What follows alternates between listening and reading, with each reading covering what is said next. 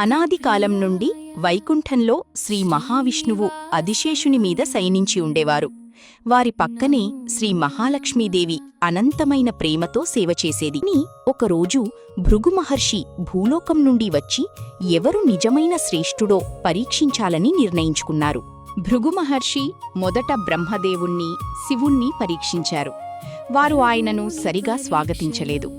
చివరగా వైకుంఠానికి వచ్చిన భృగు మహర్షి ఛాతీపై కాలు పెట్టి పరీక్షించారు. విష్ణువు మెల్లగా మేల్కొని భృగువు పాదాలను మర్దన చేసి విష్ణువు భృగు మహర్షి పాదంలో ఉన్న కన్నును పట్టుకొని నొక్కుతాడు.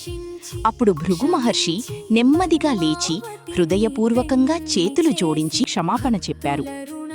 కాని ఈ సంఘటన లక్ష్మీదేవిని బాధించింది. లక్ష్మీదేవి ఛాతీపై కాలు పెట్టిన సంఘటనను తన అవమానంగా భావించి వైకుంఠాన్ని విడిచి భూలోకానికి వెళ్ళిపోయారు. విష్ణువు ఆమెను వెతుకుతూ భూమిపైకి వచ్చి వెంకటాద్రి కొండపై శ్రీనివాసుడిగా అవతరించారు. ఆయన 7 కొండల మధ్య నివసించసాగారు. వెంకటాద్రి కొండలపై శ్రీనివాసుడు సాధారణ రూపంలో నివసించసాగారు. ఆయన చుట్టూ అడవులు, జలపాతాలు, పక్షులు నిండి ఉండేవి. భక్తులు కూడా ఆయనను చూడటానికి రాసాగారు.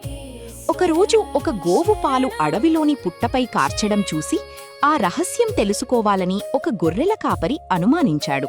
గొర్రెల కాపరి గోవును కొట్టగా ఆ గోవు పాలు పుట్టపై కార్చింది.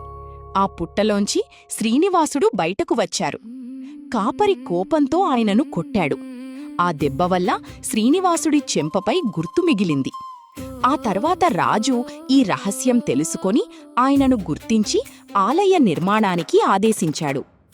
ఒకరోజు ఆకాశరాజు కుమార్తె పద్మావతి అడవిలో పూలు కోస్తూ ఉండగా శ్రీనివాసుడు ఆమెను చూశారు.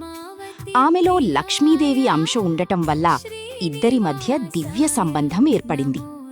పద్మావతి కూడా ఆయనను హృదయంలో స్వీకరించింది. రాజు ఈ వివాహానికి అంగీకరించాడు. శ్రీనివాసుడు పద్మావతిని వివాహం చేసుకోవడానికి అవసరమైన ధనం కుబేరుని వద్ద అప్పు తీసుకున్నారు. ఆ వివాహం దివ్యంగా జరిగింది. బ్రహ్మదేవుడు, ఇతర దేవతలు, ఏనుగులు, దీపాలు, పుష్పాలతో మహోత్సవం జరిగింది. ఆ రోజు నుండి శ్రీవెంకటేశ్వరుడు పద్మావతి సమేతుడై భక్తులను కాపాడుతున్నారు.